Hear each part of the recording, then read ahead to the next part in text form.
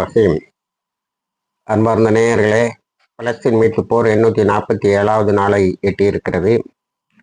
இந்த நாளில் ட்ரம்ப் ரொம்ப பிரமாதமாக ஒரு அறிக்கை, இஸ்ரேல் வெஸ்ட் பேங்க் மேக்கரையை இணைப்பது தவறானது, இட் கனாட், அது கூடாது, முடியாது என்று சொல்லியிருக்கிறார். இப்பொழுது நெதன்யாஹூ அமெரிக்கா சென்று ட்ரம்பை சந்தித்திருக்கிறார். ட்ரம்ப் ரொம்ப சோகமாக ஒரு அறிக்கையை விட்டு இருக்கிறார். நெதன்யாஹூ அவருடைய திட்டம், அவர் ஈரானுக்குன்னு ஒரு திட்டம் வச்சிருக்காராம். அந்த திட்டத்தை கொண்டு ட்ரம்ப்கிட்ட கொடுத்தாராம். ட்ரம்ப் என்ன செய்தார், அது முடியாதுன்ட்டார். அதாவது ஈரானை தாக்குவது என்பது முடியாது. சரி, இப்போ டயலாக்ல நீங்கள் மிசிலையும் சேர்த்துக்கணும். மிசில் எக்ஸ்பான்ஷன், அதாவது ஏவுகணைகளை ஈரான் தயாரித்து கொண்டே இருப்பது தான் நமக்கு பெரிய அச்சுறுத்தலாக இருக்கிறது. அதனால் நீங்கள் மிசிலையும் இதுக்கு மேலே வளர்க்கக்கூடாதுன்னு சொல்லுங்கன்னு. ஆனால் ட்ரம்ப்பு, நாங்கள் இப்போ ஒரே ஒரு விஷயத்தை தான் கான்சன்ட்ரேட் பண்ணுறோம், நியூக்ளியர் வெப்பன், அணு ஆயுதத்தை பற்றி மட்டும்தான் பேசுகிறோம் என்று. இப்பொழுது ஒப்பந்தம் வரவில்லை என்று சொன்னால் வேறு ஒரு நேரத்தில் ஒரு ஒப்பந்தம் வரும் என்று சொல்லியிருக்கிறார். அவர் அப்போ 2 ஆல்டர்னேட்டிவ் வச்சிருக்காரு. அடிப்பேங்கிறதெல்லாம் இப்போ போச்சு, அதில் வாங்கின அடியில் ஓடி போயிட்டாரு. இப்போ அவர் 2 ஒப்பந்தம் இப்போ வரும், இல்லைன்னா அதுக்கப்புறம் வரும், அப்புறமாவது வருமானு பார்க்கலாம் அப்படின்னு. ஆனால் ஈரான் யுரேனியம் என்ரிச்மெண்ட் நடந்துக்கிட்டு தான் இருக்கும், பட் ஃபார் பீஸ்ஃபுல் பர்பஸஸ். அதாவது அமைதிக்கான வழிகளுக்காக யுரேனியத்தை நாங்கள் யுரேனியம் செறிவூட்டுதல் நடக்கும். ஆனால் நீ சாங்ஷனை ஃபுல்லாக எடுத்துட்டா, எல்லா பொருளாதார தடையும் நீக்கிவிட்டால் நாங்கள் 60% மேலே யுரேனியம் என்ரிச்மெண்ட்டுக்கு போக மாட்டோம். அவங்க 90 தாண்டிட்டாங்க. அதை அடிக்க தான் BB2 வந்தது, ஒன்றும் புண்ணியப்படலை. இப்போ ட்ரம்ப் வேற ஒரு பெரிய எச்சரிக்கையை தன்னுடைய படைகளுக்கு அனுப்பியிருக்கிறார். ஈரானுடைய இன்டர்நேஷனல் வாட்டர்ஸ்ல இருந்து, ஈரானுக்கு சொந்தமான சர்வதேச கடலில் இருந்து வெகு தூரத்தில் நமது கப்பல்கள் நிற்க வேண்டும், ரொம்ப கொஞ்சம் கூட பக்கத்தில் போயிடக்கூடாது அப்படின்னு சொல்லி ஒரு அறிக்கை விட்டுருக்காரு. இதுல இருந்து நெதன்யாஹூவினுடைய அமெரிக்க விஜயம் மிகப்பெரிய அளவில் ஒரு பெரிய தோல்வி என்பதை நாம் இதிலிருந்து தெரிந்து கொள்ளலாம். அடுத்தது முக்கியமாக கவனிக்க வேண்டியது, நேற்று ஒரு டிராஃப்ட் போட்டிருக்காங்க. யாரெல்லாம்னா விட்காஃப், அமெரிக்காவினுடைய அல்லது ட்ரம்ப்புடைய special envoy to middle east சிறப்பு தூதர் விட்காஃப், ட்ரம்ப்புடைய மகன், இஸ்ரேலில் உள்ள சில அதிகாரிகள், இஸ்ரேலில் உள்ள இல்லை, யூரோப்பியன் யூனியனில் உள்ள சில அதிகாரிகள்லாம் சேர்ந்து கொஞ்சம் கொஞ்சமாக ஹமாஸ் ஆயுதத்தை கீழே வைக்க வேண்டும் என்று, கீழே வைத்தாதான் நெதன்யாஹூ காசா விட்டு முழுமையாக வெளியிலே போவேன் என்று அடம் பிடிப்பதாக அந்த டிராஃப்டில் வச்சு அந்த டிராஃப்டை ஹமாஸ்ட கொடுக்குறார். ஹமாஸ் தெளிவாக சொல்லிட்டு, நாங்கள் எங்கேயும் உங்கள்கிட்ட ஆயுதங்களை கீழே வைப்போம் என்று சொல்லவில்லை. ஒன்று. ரெண்டாவது, இப்போ நடந்துகிட்டு இருக்கக்கூடிய போர் நிறுத்த அத்துமீறல் திருப்பி அடிக்க இடங்கள்ல மட்டும்தான் நின்று இருக்குங்கிறத நீங்கள் கவனத்தில் வைத்து கொள்ள வேண்டும். அதனால நாங்கள் ஆயுதத்தை கீழே வைக்க மாட்டோம். அப்போ அடுத்த கண்டிஷன் என்னன்னா, நீங்கள் இந்த ஹெவி ஆர்ம்ஸ், பெரிய பெரிய ராக்கெட்டு, அது இதை மட்டும் தந்து கீழே வச்சுருங்க, மற்ற உங்களுக்கு தற்காப்புக்குள்ள ஆயுதங்கள் எல்லாம் நீங்கள் கையில் வச்சுக்கலாம்னு. அப்படி 2 வகையெல்லாம் ஒன்றும் கிடையாது, ஏன்னா ஹமாஸ் சொல்லிட்டு. அடுத்தது ஆலித் மசாயில் சொல்லியிருக்காரு, நாங்கள் வேணா ஒரு கேரண்டி தரோம், ஒரு குறிப்பிட்ட காலகட்டம் வரைக்கும் இஸ்ரேலை நாங்கள் தாக்க மாட்டோம் என்று.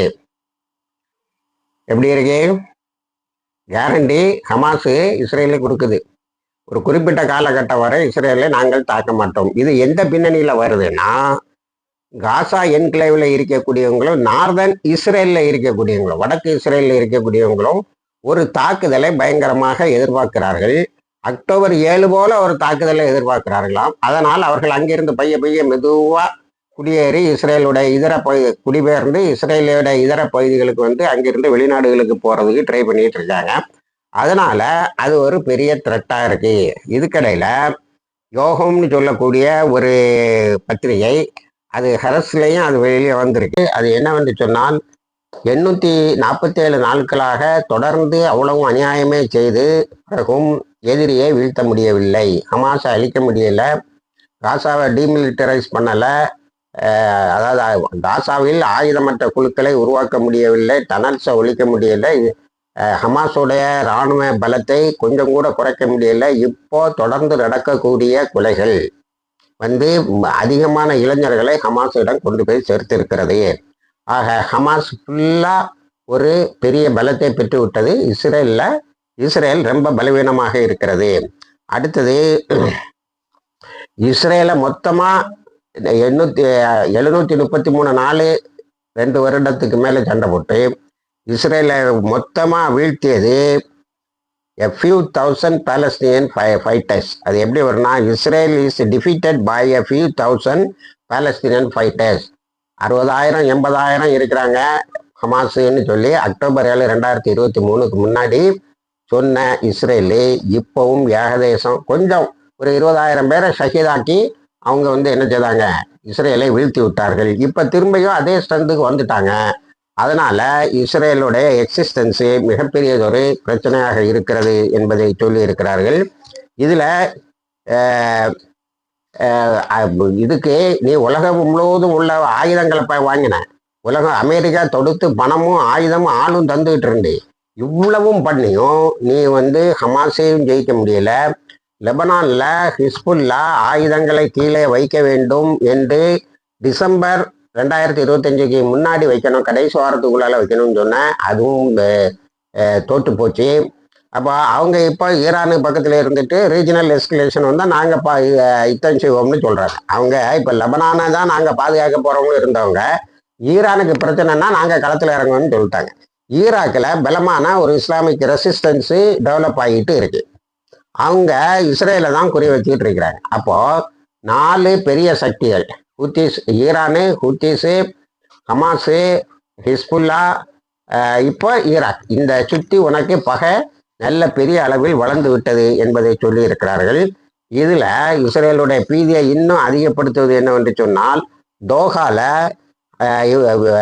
ஈரானுடைய சுப்ரீம் லீடர் அலி காமினியினுடைய சீஃப் அட்வைசர் அலி லர்ஜானியும் ஹமாஸ் பிரதேசம் ஒன்றா சேர்ந்து பேசியிருக்காங்க. அவங்க பேசினதில் ரொம்ப முக்கியமான பகுதி என்னவென்றால், கோஆர்டினேட்டட் தேர் பொசிஷன் இன் காசாவில் இனிமேல் என்ன மாதிரி ஒரு கோஆர்டினேஷனை வச்சுக்கணும். காசாவில் அவன் வரான் இவன் வராங்கிறத பற்றியெல்லாம் பிரச்சனை இல்லை. இப்போ இஸ்லாமிய உணர்வு உள்ள அல்லது ஆக்சிஸ் ஆஃப் இஸ்லாமிக் ரெசிஸ்டன்ஸோட வேகம் அதிகமாக இருக்கு. ஏன் தெரியுமா, இஸ்ரேல் இப்போ புதுசாக ஒரு வகை இஸ்ரேல் த்ரூ அவுட், அதாவது இந்த 847 நாளும் ஒரு ஆயுதத்தை பயன்படுத்தியிருக்கான்.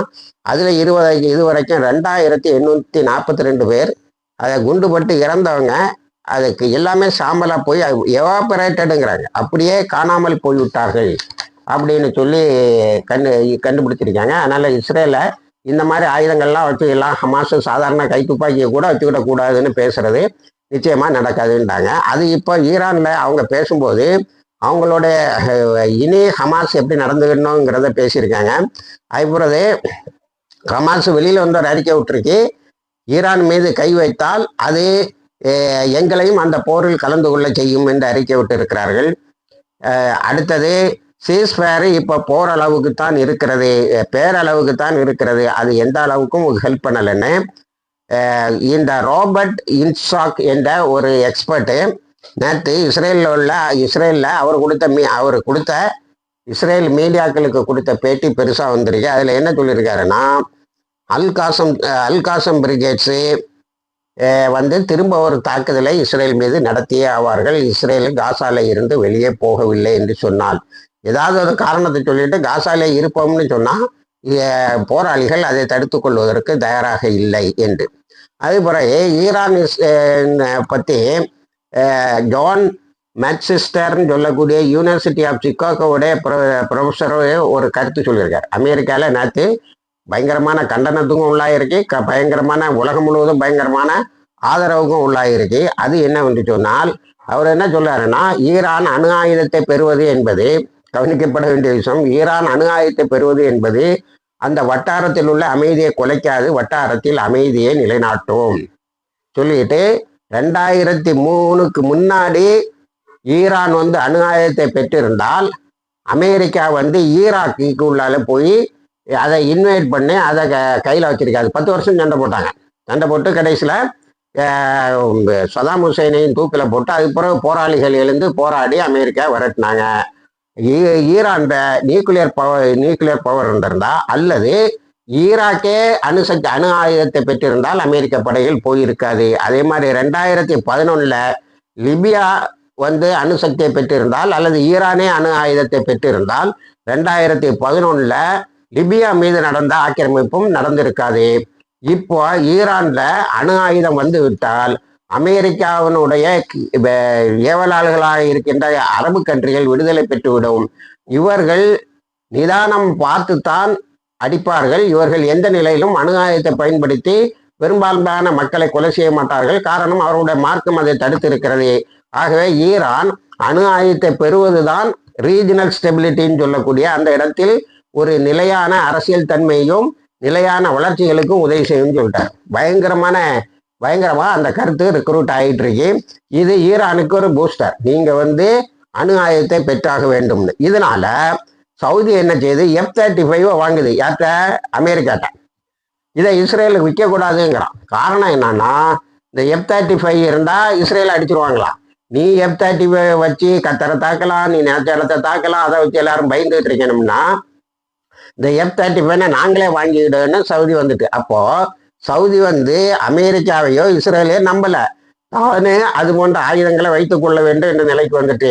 இது இந்த 847 நாள்ல நடக்கக்கூடிய விவகாரங்களிலேயும் இந்த போராளிகளும் ஷஹீதுகளும் சாதித்தது என்று சொல்ல வேண்டும். ஏன்னா சவுதியும் கத்தரும் அது போன்ற நாடுகளும் மனத்தளவில் தங்களை அமெரிக்காவினுடைய பிடியில் இருந்து கொஞ்சம் கொஞ்சமாக விடுவித்து கொண்டு அவர்கள் தங்களுடைய ஆயுத பலத்தை பெருக்க பார்க்கிறார்கள். இதுல ஜோர்டான்ல ஒரு விஷயம் என்னன்னா, ஜோர்டான்ல தாடுங்கிற அமெரிக்காவினுடைய வான்வழி தடையை கொடுத்துருக்காங்க. ஜோர்டான் வந்து இதுதான் இஸ்ரேல்ல பயன்படலையாப்பா, எதுக்கு எங்க கொண்டு வரீங்க, எங்களுடைய ஏர் ஸ்பேஸையோ எங்களுடைய தளத்தையோ அமெரிக்கா பயன்படுத்த முடியாதுன்னு சொல்லிட்டாங்க. நம்ம மெயின்லைன் மீடியால ஒரு முக்கியமான கருத்து போயிட்டு இருக்கு.